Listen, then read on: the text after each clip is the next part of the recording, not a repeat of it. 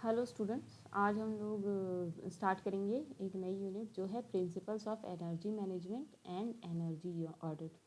देखो, हम लोग स्टार्ट करने वाले हैं प्रिंसिपल्स ऑफ एनर्जी मैनेजमेंट से। ये पहला टॉपिक है एनर्जी मैनेजमेंट। जैसा कि क्लियर है नाम से ही कि एनर्जी को मैनेज करना है। मैनेज करने के लिए सबसे पहले मुझे क्या पता होना चाहिए कि एनर्जी यूज़ कैसे हो रही है, ठीक है। उसके बाद मुझे पता होना चाहिए कि क्या तरीके हैं जिससे मैं एनर्जी को मैनेज कर सकती हूँ, ठीक है। तो इन तरीकों के लिए कुछ प्रिंसिपल्स होते हैं जो एनर्जी मैनेजमेंट में हेल्पफुल होते हैं, ठीक है। तो इस यूनिट में हम क्या पढ़ेंगे कि एनर्जी मैनेजमेंट के वो प्रिंसिपल्स क्या हैं और उससे हम लोग एनर्जी को मैनेज कैसे कर सकते हैं, ओके। इसमें एनर्जी ऑडिट का क्या पार्ट है, ये भी एनर्जी ऑडिट जो होती है वो एक प्रिंसिपल की तरह ही होती है एनर्जी मैनेजमेंट में। ऑडिट क्या मतलब, हम ऑडिट का मतलब कि हम लोग किसी चीज़ का लेखा जोखा कर रहे हैं, ठीक है। कि हमने इलेक्ट्रिसिटी प्रोवाइड कर दी, ठीक है। अब हम देख रहे हैं कि उस इलेक्ट्रिसिटी का क्या यूज़ है, उसको बेटर तरीके से कैसे यूज़ किया जा सकता है, ठीक है। कैसे उसकी वेस्टेज को रोका जा सकता है, कैसे कॉस्ट जो प्रोडक्शन कॉस्ट है इलेक्ट्रिसिटी का उसको कैसे रिड्यूस किया जा सकता है, ओके। तो ये सारी चीज़ें हम इस यूनिट में पढ़ेंगे। सबसे पहले देख लेते हैं सिलेबस। सिलेबस में पहली चीज़ है जनरल प्रिंसिपल्स। ये प्रिंसिपल्स वही हैं एनर्जी मैनेजमेंट के प्रिंसिपल्स, ओके। उसके बाद है प्लानिंग एंड प्रोग्राम। ये भी एनर्जी मैनेजमेंट में आता है कि क्या प्लानिंग है और क्या प्रोग्राम हम लोग यूज़ कर रहे हैं। उसके बाद है introduction to energy audit, general methodology, site surveys, energy system surveys, energy audit. ये सारी चीज़ें एनर्जी ऑडिट में आती हैं। एनर्जी ऑडिट में मतलब कि क्या जनरल मेथडोलॉजी हम यूज़ कर रहे हैं एनर्जी ऑडिटिंग के लिए। साइट सर्वेज करके हमें क्या क्या पता चलता है एनर्जी ऑडिट के अंडर, ओके। कौन से इंस्ट्रूमेंट हम लोग यूज़ करते हैं एनर्जी ऑडिटिंग में। और डाटा जब हम लोगों के पास आ जाता है एनर्जी ऑडिट की, हमने एनर्जी ऑडिट के बाद क्या मिलेगा, हमें डाटा मिलेगा कि हाँ ये इस प्रोसेस में इतने % एनर्जी यूज़ होती है, इसमें इतना % एनर्जी यूज़ होती है और इतनी % की वेस्टेज को हम लोग रोक सकते हैं, ठीक है। तो उसमें हम लोग एनालिसिस करेंगे उस डाटा का और उसके बाद रिजल्ट्स, ठीक है। ये पूरा आ जाएगा हमारा एनर्जी ऑडिट में। अब हम लोग नेक्स्ट देखते हैं। नेक्स्ट है डेफिनेशंस ऑफ एनर्जी मैनेजमेंट। यहाँ एक प्री डिफाइंड डेफिनेशन है एनर्जी मैनेजमेंट की। वो है the judicious and effective use of energy to maximise profit, ठीक है, एंड एनहेंस कॉम्पिटिटिव पोजीशन। ये एक ऑर्गेनाइजेशन के बिहाफ पे या फिर ऑर्गेनाइजेशन को ध्यान करके लिखी हुई है। उसमें क्या है, किसी ऑर्गेनाइजेशन में जो एनर्जी का यूज़ है उस एनर्जी के यूज़ को इफ़ेक्टिव करना, मतलब कि इफ़ेक्टिवली यूज़ करना है एनर्जी को to maximise profit and enhance competitive positions. Enhance competitive position मतलब मार्केट में उस ऑर्गेनाइजेशन की पोजीशन इंक्रीज़ हो, ठीक है, और जो प्रॉफिट है वो भी इंक्रीज़ हो। इस तरीके से हमें एनर्जी को मैनेज करना है, ओके। अब इसको थोड़ा और ब्रीफली देखते हैं। थोड़ा और ब्रीफली में ये है कि the strategy of adjusting and optimising energy using systems and procedures so as to reduce the energy requirement per unit of output while holding constant and or reducing total cost of producing the output from these system। मतलब ये हुआ कि हमें क्या करना है, reduce करना है energy requirement per unit of output. Reduce करना है energy requirement per unit of output. Output उतना ही रहेगा लेकिन पर यूनिट एनर्जी रिक्वायरमेंट जो उस आउटपुट को प्रोड्यूस करने में लगा है वो हमें रिड्यूस करनी है बाय सिस्टम एंड प्रोसीजर्स। ये सिस्टम एंड प्रोसीजर्स क्या करेंगे, ये एक स्ट्रेटेजी डिफाइन करेंगे एडजस्ट करने की और ऑप्टिमाइज करने की एनर्जी को, ठीक है। तो सबसे पहली चीज़ क्या हो गई, हमें ये पता है कि energy requirement per unit of output हमें रिड्यूस करना है, ठीक है। मान लो कि अगर मुझे 1 घंटे में 16 न्यूज़पेपर प्रिंट हो रहे हैं, मेरी एक न्यूज़ प्रिंटिंग ऑर्गेनाइजेशन है और उसमें 1 घंटे में 16 न्यूज़पेपर प्रिंट हो रहे हैं। तो वो आउटपुट तो 16 न्यूज़पेपर ही रहेंगे, लेकिन उस 16 न्यूज़पेपर के आउटपुट को प्रोड्यूस करने के लिए जो मेरा इनपुट इलेक्ट्रिसिटी लग रही थी, मान लो कि 5 यूनिट की इलेक्ट्रिसिटी लग रही थी, उसको मुझे रिड्यूस करना है। अब उसको रिड्यूस करने के लिए क्या करना पड़ेगा, मुझे कुछ सिस्टम्स और कुछ प्रोसीजर्स डिफाइन करने पड़ेंगे जिन सिस्टम जो ये टूल्स यूज़ करके हम ऑप्टिमाइज़ करेंगे अपने एनर्जी यूसेज को, ठीक है। इनपुट को ऑप्टिमाइज़ करना है for producing the same output that is 16 newspaper in less amount of input, okay. तो इससे क्या होगा, हमारा प्रॉफिट मैक्सिमाइज हो जाएगा। जो ये ऊपर डेफिनेशन में भी मेंशन था। अब इसी चीज़ को, एनर्जी मैनेजमेंट को थोड़ा और ब्रीफली देखते हैं कि कैसे करेंगे। Okay, energy management is the process of monitoring, controlling and conserving energy in a building और ऑर्गेनाइजेशन। ठीक है, ये क्लियर है। एनर्जी मैनेजमेंट में हम लोग क्या करेंगे, मॉनिटर करेंगे, कंट्रोल करेंगे और कंजर्व करेंगे एनर्जी।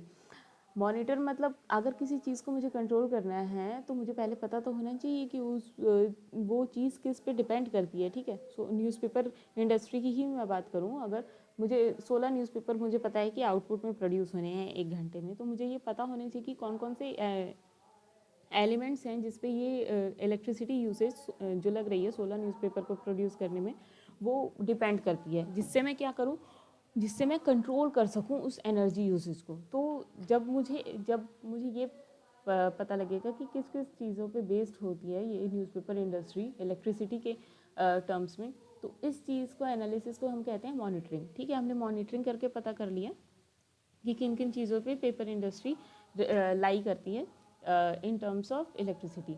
उसके बाद उन चीज़ों को कंट्रोल कैसे करेंगे हम, फॉर इफ़ेक्टिव यूटिलाइजेशन। ठीक है, और कंजर्व करने के लिए एनर्जी में।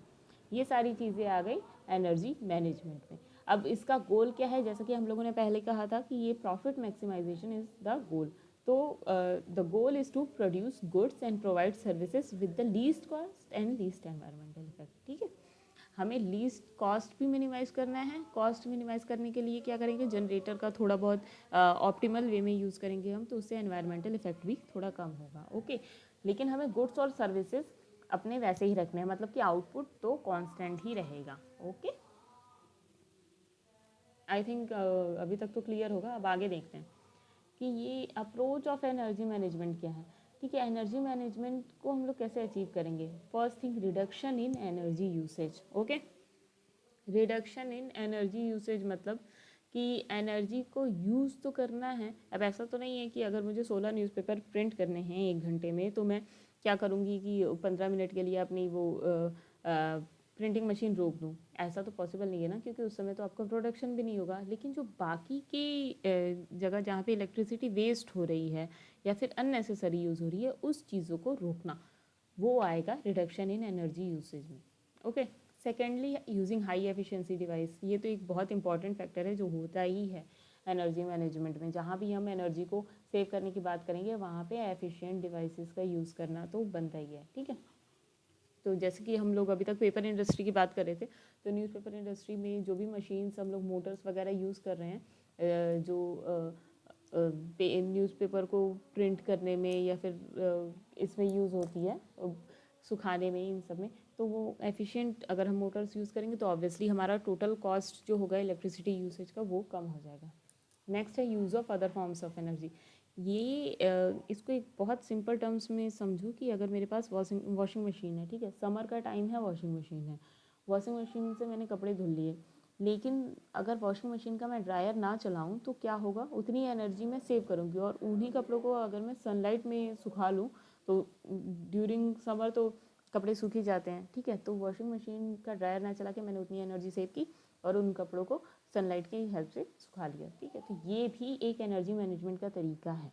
ओके, ये आता है use of other forms of energy में। अदर फॉर्म्स ऑफ एनर्जी मतलब जो भी इलेक्ट्रिसिटी छोड़ के बाकी जो फॉर्म्स हैं एनर्जी के, विंड, सन, इन सारों को, जो नेचुरल रिसोर्सेज हैं जो कभी ख़त्म नहीं होने वाले, इनको यूज़ करके। ठीक है, अब हम देखते हैं प्रिंसिपल्स क्या हैं एनर्जी मैनेजमेंट के। ये जो प्रिंसिपल्स हैं ये अचीव करते हैं कि एनर्जी मैनेजमेंट को हम लोग कैसे इफ़ेक्टिवली अचीव कर पाएँ। ओके, तो इसमें देखते हैं। इसमें सबसे पहली चीज़ है identification and tracking of energy pattern. ये एक तरीके की मॉनिटरिंग है, एक तरीके से मॉनिटरिंग हो गई। ठीक है, एनर्जी पैटर्न मतलब कि एक दिन में मान लो एक दिन का एनर्जी का कंजम्पशन का तरीका क्या है। जैसे कि अगर फिर से न्यूज़पेपर इंडस्ट्री की अगर हम लोग बात करें, किसी भी इंडस्ट्री की, कोई भी इंडस्ट्री आप लोग ले सकते हैं, उसकी हम लोग बात करें तो मान लो कि ये डिफाइंड है कि 4 से मतलब कि सुबह सब लोग आएंगे ऑफिस, उसके बाद 9 बजे मान लो सब लोग ऑफिस पहुँचे, तो 9 से 10 9 से 12 के बीच में सब लोग आर्टिकल लिखेंगे या फिर पेपर वर्क, अपना मतलब जो भी कंटेंट न्यूज़पेपर में छपना है वो रेडी हो गया। ठीक है, तो 12 बजे के बाद हम लोग क्या करेंगे, प्रिंटिंग प्रेस चलना स्टार्ट हुई, तो 12 बजे से 4 बजे तक अब पेज बाय पेज, इस पेज में ये इतनी चीज़ें और ये सारी चीज़ें देके 12 बजे से 4 बजे तक पूरी प्रिंटिंग प्रेस चली। ठीक है, 4 बजे के बाद 6 बजे तक उसका एनालिसिस हुआ और वो फिर डिस्पैच हो गया। ठीक है, तो ये एनर्जी यूज़ का पैटर्न हो गया। 9 से 12 तक सिर्फ ऑफिस की लाइट्स चलेंगी, फैंस चलेंगे। ठीक है, प्रिंटिंग प्रेस जो मशीन है एक्चुअल प्रिंटिंग वाली वो नहीं चलेगी। ठीक है, 12 से 4 वो चलनी ही चलनी है। ठीक है, 4 से 6 फिर से वही ऑफिस वाला काम होगा। ठीक है, तो ये एक तरीके का एनर्जी का पैटर्न हो गया, जो ये पैटर्न जो पूरे दिन में उस ऑर्गेनाइजेशन में फॉलो होता है। ठीक है, तो ये हमने आइडेंटिफाई कर लिया और ट्रैक कर लिया एनर्जी का पैटर्न। ओके, अब हम क्या करेंगे, कंट्रोल्ड एनर्जी सिस्टम्स यूज़। ठीक है, एनर्जी सिस्टम का जो यूज़ है उसको कंट्रोल करने के मेथड्स देखेंगे कि कैसे वो कंट्रोल की जा सकती हैं। ओके, कि एनर्जी मान लो कि ऑफिस है तो ऑफिस आवर्स में जैसे 9 से 12 के टाइम में सिर्फ ऑफिस का काम चल रहा है, तो उस टाइम में अननेसेसरी के जो ये है ऑफिस की लाइट्स वगैरह, ये इंपॉर्टेंट चीज़ें हो गई। बाकी की चीज़ें कॉफ़ी मशीन और ये सारी चीज़ें जो अननेसेसरी की अवॉइडेबल चीज़ें हैं वो हम लोग कंट्रोल कर सकें। ठीक है, तो वो सारी ये हमें एक प्लान करना पड़ेगा कि हम किस तरीके से कंट्रोल करें एनर्जी सिस्टम के यूज़ को। ठीक है, हम मिनिमम टू मिनिमम यूज़ करें। जैसे कि कॉफ़ी मशीन है, उसको हम टाइम फिक्स कर दें कि हाँ ये टी टाइम है तो इसी टाइम में कॉफ़ी मशीन चलेगी, या फिर ऐसे अननेसेसरी का कोई स्विच ऑन करके नहीं छोड़ेगा। ऐसी बहुत सारी चीज़ें होंगी एक इंडस्ट्री में। ठीक है, तो इस चीज़ को हम लोग करेंगे। नेक्स्ट है properly maintained and managed facilities. जो भी फैसिलिटीज़ प्रोवाइड की हैं उनको ना प्रॉपरली मेंटेन करना।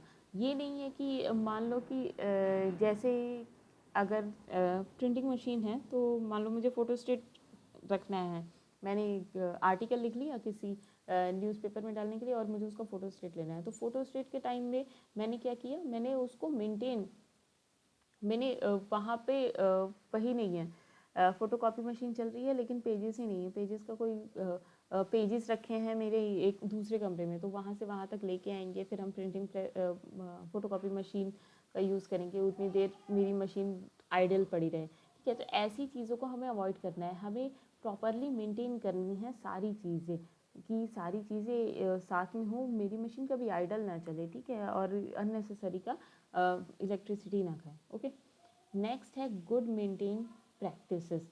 जो प्रैक्टिसेस हम लोग यूज़ करते हैं किसी भी ऑर्गेनाइजेशन में, वो मेंटेनेंस की प्रैक्टिस हम लोग अच्छी यूज़ करें, मतलब चीज़ों को मेंटेन करना है, ये नहीं कि चीज़ों को ख़राब करने के लिए या फिर मतलब अनअटेंडेड छोड़ दिया हमने कि हाँ इसमें हमारा क्या जा रहा है, ये ऑफिस का है, ये हमारा पर्सनल नहीं है।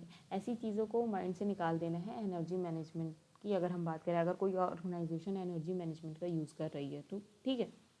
उसके बाद आएगा preventive and reactive maintenance. Preventive मतलब कुछ चीज़ों जो कुछ इक्विपमेंट है उनको हम प्रिवेंटिव मेजर्स लेके उनकी मेंटेनेंस कर सकते हैं। मतलब ऐसा नहीं है कि उस चीज़ को हम ख़राब करें फिर ही वो मेंटेनेंस में जाए, कुछ हम अपनी आदतों को चेंज करके उसको मेंटेनेंस में ले सकते हैं। और कुछ होती है रिएक्टिव मेंटेनेंस। रिएक्टिव मतलब कि वो चीज़ ख़राब होनी ही है, हम लोग कितना भी बचा लें वो चीज़ रुक नहीं सकती है ख़राब होने से।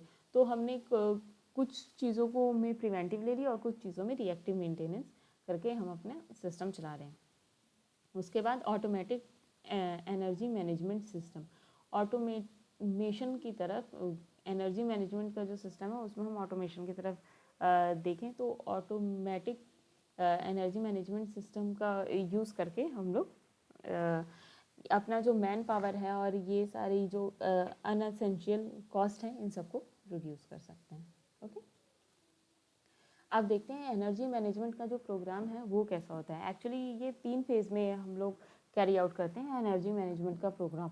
फर्स्ट फेज़ है इनिशियल फेज़, जो है based on need and potential of economic return.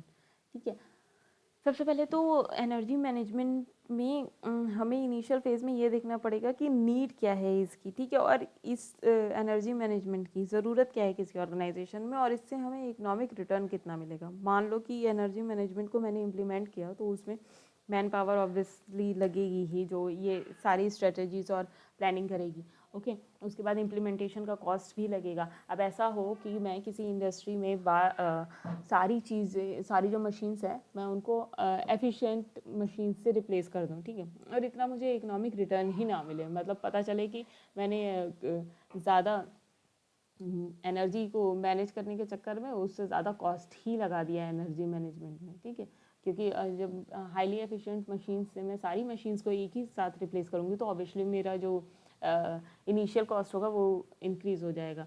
तो उससे क्या होगा, और जो उसके एवज़ में जो रिटर्न मिलेगा, जो इलेक्ट्रिसिटी सेव करके मुझे रिटर्न मिल रहा है वो इतना अच्छा नहीं है, ठीक है। तो ये सारी चीज़ें हमें इनिशियल फेज़ में देखनी पड़ेंगी कि क्या नीड है, किस चीज़ के लिए हम एनर्जी मैनेजमेंट को डिज़ाइन कर रहे हैं या एनर्जी मैनेजमेंट को कैरी कर रहे हैं, और उसका इकोनॉमिक रिटर्न हमें कितना मिल रहा है, ये चीज़ देखनी पड़ेगी। सेकंड है ऑडिट एंड फेज एनालिसिस मतलब ऑडिट एंड एनालिसिस। इसमें हम लोग क्या करेंगे, हमें पता चल गया कि क्या नीड है हमारी, ठीक है, और हमें कितना रिटर्न मिल रहा है। अब नीड के अकॉर्डिंग हम लोग अपना ऑडिट करेंगे, ठीक है, हम लोग एक क्या कह सकते हैं, एक प्रोग्राम डिफाइन करेंगे कि इस चीज़ को हम लोग कैसे अचीव करेंगे नीड के अकॉर्डिंग, कि हम लोग एनर्जी मैनेजमेंट को कैसे अचीव करेंगे, ठीक है। फिर उस पूरे प्रोग्राम की एनालिसिस होगी कि एनालाइज करने के बाद हमें क्या पता क्या मिलता है कि हाँ ये प्रोग्राम ठीक है, इसमें यहाँ यहाँ मॉडिफिकेशन की ज़रूरत है, या फिर इतना करने से हमें इतना इकोनॉमिक रिटर्न मिलेगा, ठीक है, ये कर लिया हमने। फिर उसके बाद तीसरा है इम्प्लीमेंटेशन फेज़। जब हमने ऑडिट कर लिया और एनालिसिस कर लिया तो उसके बाद हम उसको इम्प्लीमेंट कर सकते हैं किसी भी ऑर्गेनाइजेशन में। ओके, तो ये 3 स्टेप होते हैं जो करने हैं। अब हम देखते हैं कि एनर्जी मैनेजमेंट की स्ट्रेटजी क्या है। ये तीनों फेज़ जो मैंने बताए हैं एनर्जी मैनेजमेंट प्रोग्राम के, ये जो तीनों फेज़ हैं, इन तीनों फेज़ के अकॉर्डिंग हम स्ट्रेटजी डिफाइन करेंगे अपनी, कि मान लो किसी ऑर्गेनाइजेशन में ये एनर्जी मैनेजमेंट प्रोग्राम लगाना है तो हमारी स्ट्रेटजी क्या होनी चाहिए। ओके, ये वन बाई वन करके देखते हैं। ये 8 हैं, 8 पॉइंट्स जिनमें हमने पूरी स्ट्रेटजी एनर्जी मैनेजमेंट की डिफाइन कर दी है। ओके, अब देखते हैं। तो पहली है वो है identify A strategic cooperative approach. इसमें क्या है, इसमें हम लोग प्रॉब्लम जो है वो आइडेंटिफाई करेंगे, ठीक है। एनर्जी मैनेजमेंट में हमारी नीड क्या है, हमें क्या करना है एनर्जी मैनेजमेंट से, ठीक है। उसके बाद वो कैसे करना है, प्लान, ठीक है, एक रफ सा प्लान, मतलब ये जो प्लानिंग का काम होता है ये आप स्टाफ अपॉइंट करते हैं कि इस चीज़ को अचीव करने के लिए, मतलब अपनी नीड के लिए, नीड जो एनर्जी मैनेजमेंट की जो आपकी नीड है वो प्रॉपर तरीके से कैसे प्लान करेंगी, किस चीज़ को कंट्रोल करके कितनी अचीव हो जाएगी, इसके लिए हम लोग एनर्जी मैनेजर्स रखते हैं, मतलब स्टाफ अपॉइंट करते हैं, ठीक है। तो आपको एक थोड़ा बहुत यहाँ पे जो फर्स्ट पॉइंट में मैं प्लानिंग की बात करूँगी इसमें बहुत कम थोड़ा बहुत पता होना चाहिए कि हाँ किस तरीके से हम लोग प्लान करेंगे और क्या क्या फाइनेंस की रिक्वायरमेंट होगी और फाइनेंस कहाँ से मिलेगा मुझे, ठीक है। फाइनेंस भी ऐसा नहीं है कि सारी ऑर्गेनाइजेशंस खुद ही फाइनेंस करें, कहीं से फाइनेंस मिल भी सकता है। ओके, तो ये पर्सपेक्टिव अभी देखना पड़ेगा कि कहाँ से मतलब कौन सी एजेंसी फाइनेंस करने को रेडी हो सकती है, ठीक है। नेक्स्ट है अपॉइंट इन एनर्जी मैनेजर। ये एक सीनियर स्टाफ मेंबर होता है जो इसके अंडर सबऑर्डिनेट्स चुनता है जो इस प्लानिंग को मतलब फुलफिल करेंगे, ठीक है। एक पूरा प्लानिंग होगी कि हाँ एनर्जी मैनेजमेंट के लिए मुझे यहाँ इस प्रोसेस से लेके उस प्रोसेस तक इन इन चीज़ों में एनर्जी को मैनेज करना है, ठीक है। तो ये सारा कोई एक इंसान नहीं कर सकता ना, तो इसके लिए एक पूरी टीम होगी जो आइडेंटिफाई करेगी, ठीक है। तो उस पूरी टीम को कंट्रोल करने के लिए एक सीनियर स्टाफ मेंबर जो होगा, जो एनर्जी मैनेजर के नाम से जाना जाएगा, उसको अपॉइंट करेंगे सेकंड पॉइंट में, ठीक है। उसके बाद थर्ड पॉइंट में setup energy monitoring and reporting system. इसमें क्या करेंगे, इसमें हम collect, analysis and report the energy cost. हम लोग इसमें एनालिसिस का काम करेंगे कि कितनी एनर्जी की कॉस्ट लग रही है। Systems need to be recorded, billing data and tariff details. इसमें सारी चीज़ें हमें इलेक्ट्रिसिटी से रिलेटेड पता होनी चाहिए कि कौन से टाइम में कितनी इलेक्ट्रिसिटी चार्ज हो रही है, ठीक है। मतलब इलेक्ट्रिसिटी का कॉस्ट क्या है, मान लो 9 से 12 कुछ अलग कॉस्ट है, फिर 1 से 2 जब हमारे पीक आवर्स हैं तो अलग कॉस्ट की इलेक्ट्रिसिटी मिल रही है, 2 से 4 अलग कॉस्ट की इलेक्ट्रिसिटी मिल रही है। तो ये सारी चीज़ें हम लोग रिकॉर्ड करेंगे, ये सारी चीज़ें हमें पता होनी चाहिए, ठीक है। तो जो energy monitoring and reporting system है उसमें हम सब कुछ पता करेंगे एनर्जी के कॉस्ट से रिलेटेड, ओके। उसके बाद 4th पॉइंट है कंडक्ट एनर्जी ऑडिट। ये बहुत इंपॉर्टेंट पॉइंट है। इसमें क्या होगा, इसमें सबसे पहले हम लोग ये देखेंगे where and how the energy being used. मतलब कि एनर्जी कहाँ और कितनी यूज़ हो रही है, किस प्रोसेस में कितनी एनर्जी यूज़ होनी ही होनी है। Next, potential for energy saving. जब हमें ये पता चल गया कि कहाँ कितनी एनर्जी यूज़ हो रही है तो हमें ये भी पता चल जाएगा कि कहाँ कितनी एक्स्ट्रा एनर्जी यूज़ हो रही है जिसको हम सेव कर सकते हैं, ठीक है। ये चीज़ हो गई। उसके बाद walk through survey, review of energy use and preparation of energy budget. इसमें हम बहुत सारे सर्वे और एनर्जी यूज सर्वेस का यूज़ करेंगे और प्रिपेयर करेंगे एनर्जी बजट, ठीक है। तो हम लोग सर्वे करेंगे और रिव्यू करेंगे कि एनर्जी यूज़ और प्रिपरेशन, एनर्जी यूज़ कितना है, और प्रिपेयर करेंगे एनर्जी का बजट। मतलब कितना बजट हम अलोकेट कर रहे हैं कि एनर्जी इतने की ही एनर्जी हमें यूज़ करनी है, इतने ही पैसों में। तो उसके बाद एनर्जी ऑडिट, इसके बाद हम लोग एनर्जी ऑडिट जो रिपोर्ट है वो तैयार करेंगे, जिसमें हम लोग क्या करेंगे, जिसमें रिकमेंडेशंस होंगी क्या एक्शन लेने हैं और क्या कॉस्ट होगी एनर्जी सेविंग की। मतलब ऐसा ना हो कि हम लोग एनर्जी तो सेव कर रहे हैं लेकिन उसका कॉस्ट जो एनर्जी सेविंग की प्लानिंग और इम्प्लीमेंटेशन कॉस्ट है वो ज़्यादा हो जाए, ओके। नेक्स्ट है formalise an energy management policy statement. इसमें क्या करेंगे, ये एक स्टेटमेंट, एक पॉलिसी डिफाइन करेंगे एनर्जी मैनेजमेंट की।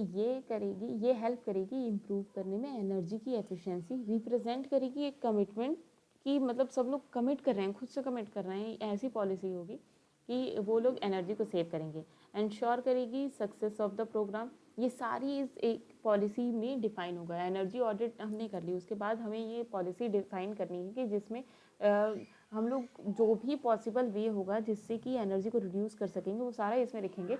और उसके बाद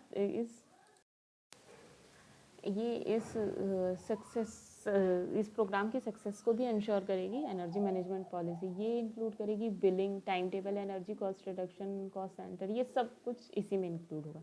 नेक्स्ट है prepare and undertake a detailed implementation plan.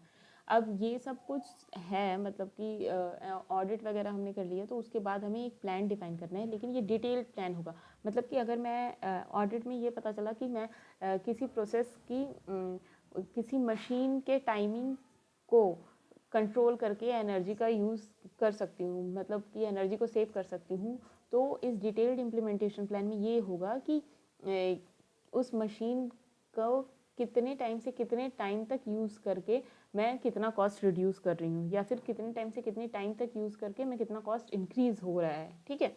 ये सारी चीज़ें एक डिटेल्ड इम्प्लीमेंटेशन प्लान होगा, ओके।